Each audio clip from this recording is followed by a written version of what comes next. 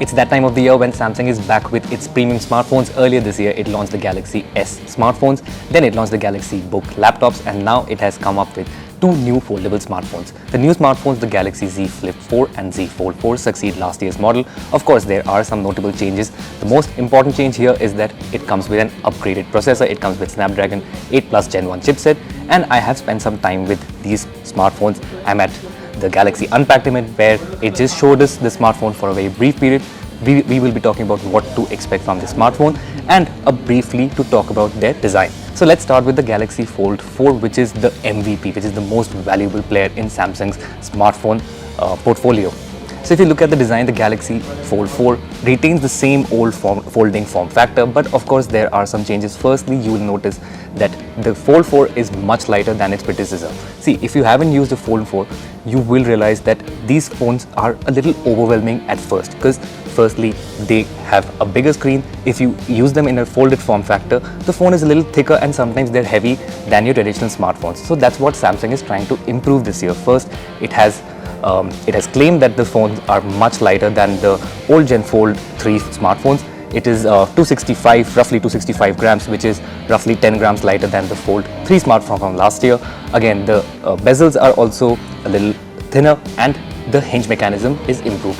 Samsung hasn't extensively talked about whether it has done anything to improve the hinge mechanism to repel dust particles, but it says that it retains the IPX rating. It is water resistant body, which is pretty good for a foldable smartphone, but we want to see much more improvements when it comes to repelling dust.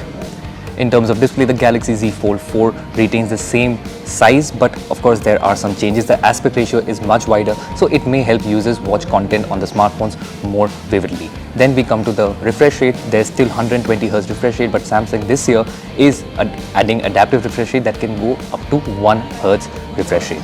The under-display camera is still there, but we didn't see so much of an improvement over the last year's model. The last year's model was pretty significant because the display would hide while you're watching content. This year, Samsung is retaining the same display technology for the under-screen camera, but of course there are some changes, but we'll have to see more once we check the device thoroughly.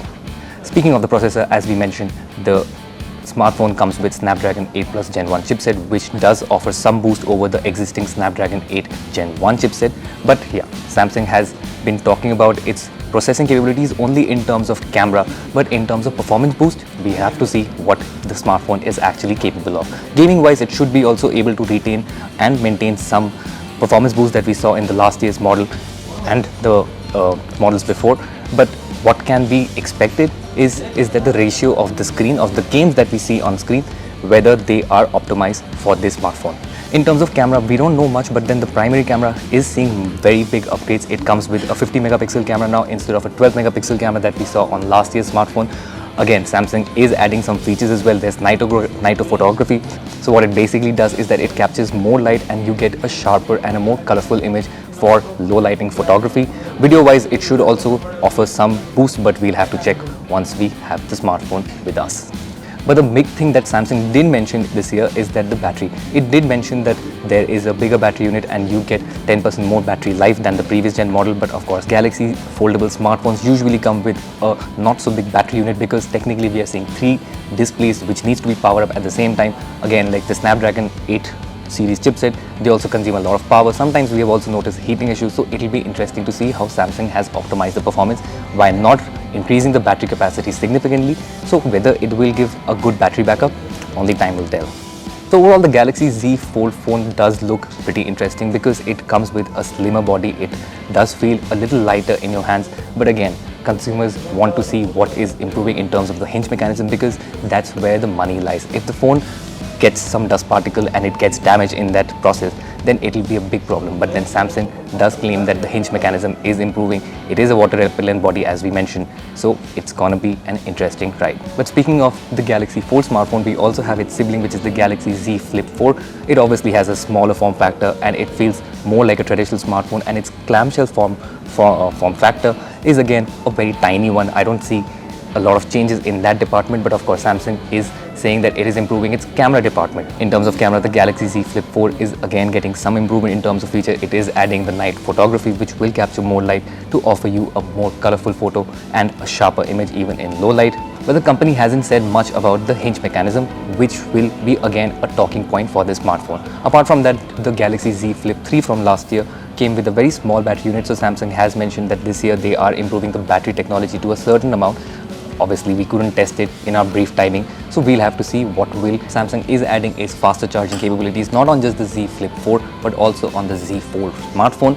Of course, we'll be testing it and seeing what it exactly offers. It is also supporting reverse charging. Both phones offer reverse wireless charging. There's also support for wireless charging, so that is a good addition at this price point. Samsung is also improving the hinge mechanism, but we need to see how it is improving the dust particle resistance. Of course, there's water resistance on both smartphones, but dust is also a concern for folding smartphones, and if Samsung is able to champion that, it will obviously gain an edge over the rivals. Samsung is obviously talking a lot about the multitasking of these smartphones. If you look at the Galaxy Z Fold 4, it does come with a new optimized software. Samsung didn't exactly mention whether it runs on Android 12, but what it does is it is taking some inspiration from the Android 12L for tablets and foldable smartphones. It is also adding a new taskbar at the bottom for users to multitask more efficiently, and it is also a good addition. So that's it. That is from us. We have the new Galaxy Z Flip 4 and we have the Galaxy Z Fold phone. Let us know in the comments what you think about the smartphones. We will obviously be reviewing it and we'll give you all the latest information once we have the device with us. Subscribe to Fiiber and Fiiber Hindi for more content. This is Abhik signing off.